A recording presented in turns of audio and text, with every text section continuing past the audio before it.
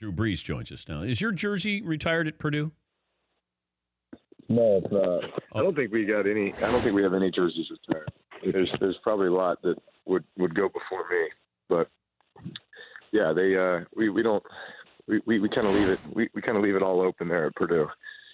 Well, maybe you haven't had. You had Leroy Keys. I'm trying to think. You had Mike Phipps. Like, who were the great? Bob Greasy. Bob Greasy. All right, you ready? You ready for the cradle of quarterbacks list at Purdue? Okay. All right. So we got Lynn Dawson, Hall of Famer. Bob Greasy, Hall of Famer. Mike Phipps. These are all guys that had 8+ year careers in the NFL as well. Okay. Beyond their college glory.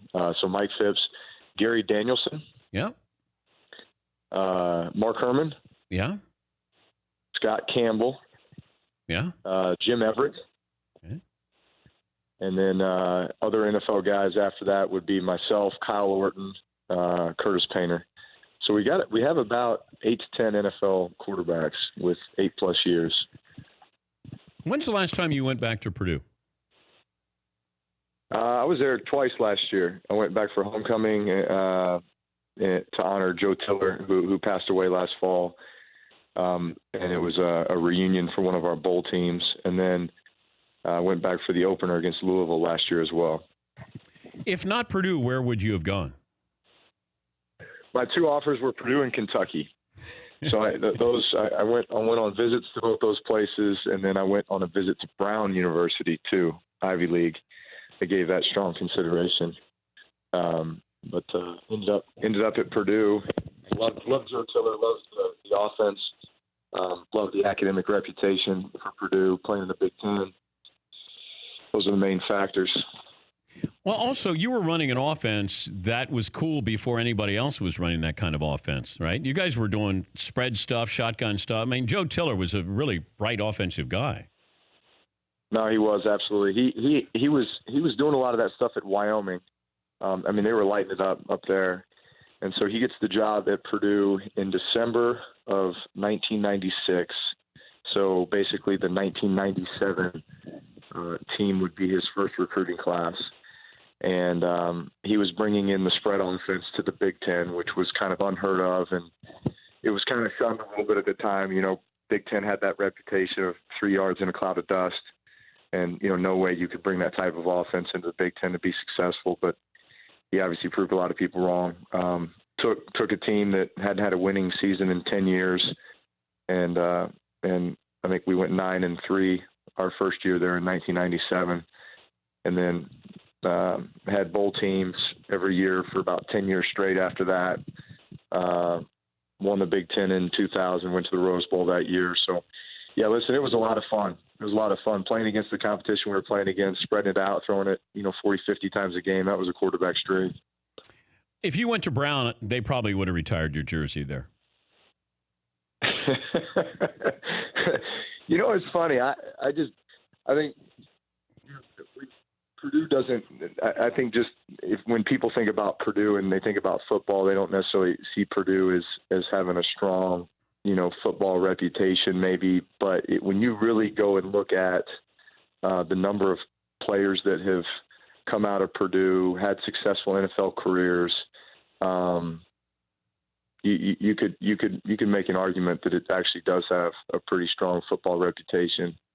And there's definitely a number of guys that probably deserve to have their jerseys retired. But I just don't think we've ever taken that approach. I don't think the university's ever taken that approach. We just, obviously put a high value on student athletes and the value of their education and the value of their athletic performance as well. But don't make it all about football or sports. He's Drew Brees. The Saints open up their season versus the Buccaneers on Sunday. I got some stats here for you.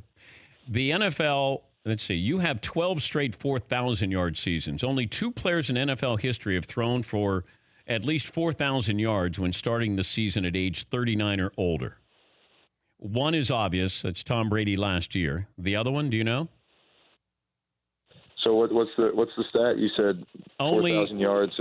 Only 2 quarterbacks in NFL history have thrown for 4,000 yards when starting the season at the age of 39 or older. I'll say Favre. Yep. Favre was 39. Brady was 40. How do you explain Brady? Like from one great quarterback to another. How do you explain that? It's really impressive. He obviously has a pretty incredible regimen, for not just physically, but mentally, emotionally, psychologically preparing himself every off season and then going into every season. It's tough, but a ton of respect to him and the routine that he's put together to still allow himself to play at such a high level. But do you think, as competitive as you are, if you see these lists of the best quarterback in the NFL is Tom Brady, then it'll be Aaron Rodgers, and then probably you at 3. The competitor in you, inside your head or your wife, you're talking, like, do you think you're better than Brady, or do you think you're better than Brady and Aaron Rodgers? I think, listen, I've got a ton of respect for those guys. I don't look at it that way. I don't sit around and say that, my goal in life is to be better than Tom Brady or Aaron Rodgers or my goal with this career. I think I'm very, very focused on just my team and what I need to do to help my team win, and understanding that when it's all said and done, you'll be evaluated based upon a lot of different things, and is that the most important thing to me? No, I'm just trying to enjoy the moment as much as I can, understanding that, I'm closer to the end than I am the beginning of my career. And I just want to enjoy every second of it and accomplish all that there is to be accomplished, in this chapter in my life, and then move on to the next one. And then we can reflect, when it's all said and done. But,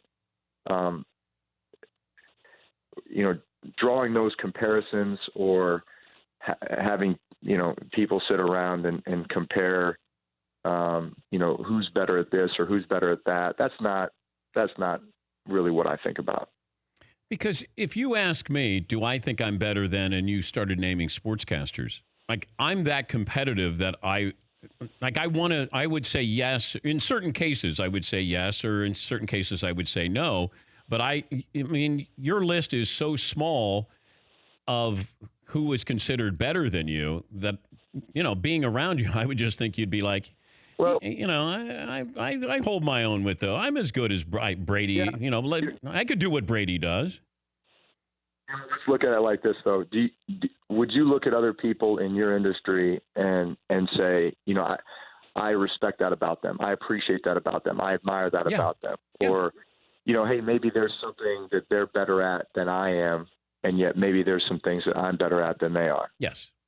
Does that make sense? Yes. What are you better at than Brady? Oh, no, I'm not going there.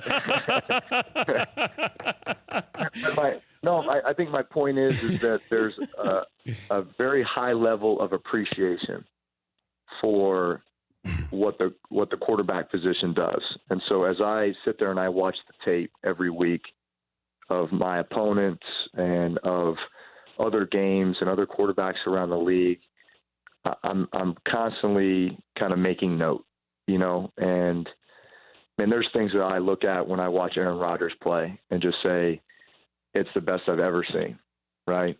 Like there's certain things that he does that I have never been able to do, nor will ever be able to do, right?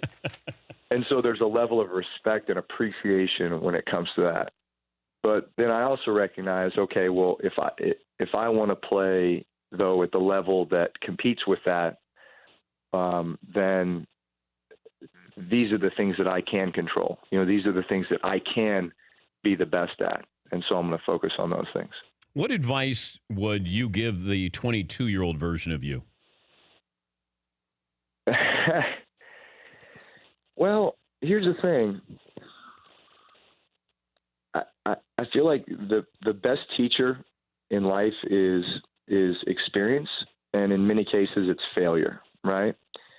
And so I think on the surface you'd say, well, I'd want to go back and tell myself, don't do that, don't make that mistake, don't don't be an idiot, and yet having gone through those things has made me the person that I am now and the player that I am now.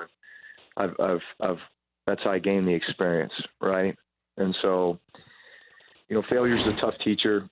It's hard to have gone through that at the time. The hardest thing is like to watch your kids go through something, right? To struggle with something. Like you want to just give them all the answers or make it easy for them. And yet you also understand that that's not the best teacher, right? That's not how they learn. Just like that's not how you learned, or made it part of who you are. So I wouldn't change anything. I wouldn't change anything.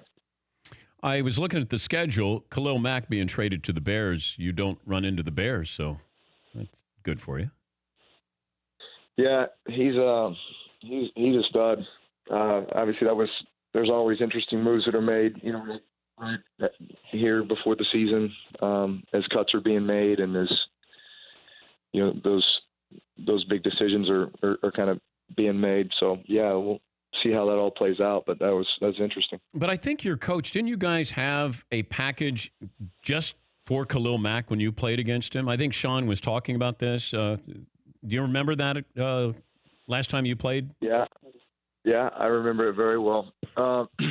Listen, there's some elite pass rushers in this league, and there's a lot of them, and you got to have plans for guys that are game changers. The guys that can literally change a game in one play. You just don't want to be in a position where those guys are beating you. Who is the pass rusher that you can hear coming? Well, you sense all of them. I mean, you're obviously wired and programmed as a quarterback to try to have that awareness.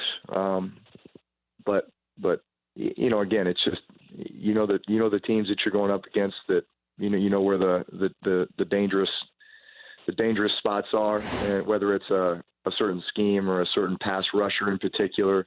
And man, you just got to have a plan for those things. It's good to catch up with you. Are the boys behaving? For the most part. They're doing what 9-year-old, 7-year-old, and 6-year-old boys do, which is drive their parents crazy for the most part. But no, listen, the greatest thing in the world, I think, is having, like I know for me growing up, having a younger brother. Just because you're the best of friends, you're the worst of enemies. You're just constantly battling. It's highly competitive at all times. You're always. But when it comes down to it, man, you love each other so much. And so to watch them fight, and then all of a sudden to have those moments where, they're just there for each other and they got each other's back and, encouraging each other and helping each other learn different. I mean, it's just, that's the best. It's the best thing as a parent to be able to sit back and watch your kids interact like that. Have they ever injured you? Have they injured me? Yeah.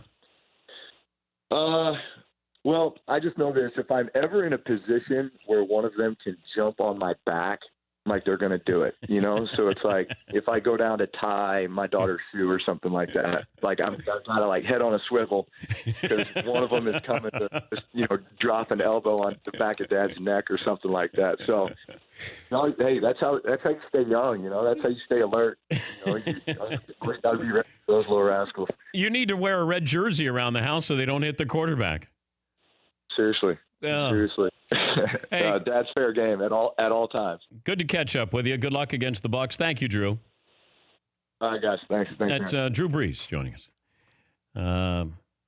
Yeah, those little boys. God, at the Pro Bowl was the funniest thing. He's being interviewed, and they are just acting like little boys, throwing each other around, throwing each other onto the field. It was just great. And then Drew got yelled at by his wife. Like, what are you doing? Like, she's watching, I think, from the stand. Like, you can't have the kids there running around, roughhousing, throwing each other on the field. Like, yeah, why not? God, I love that. Those little guys. For more Dan Patrick Show, tune to Audience Channel 239 on DirecTV or download the Dan Patrick Show app.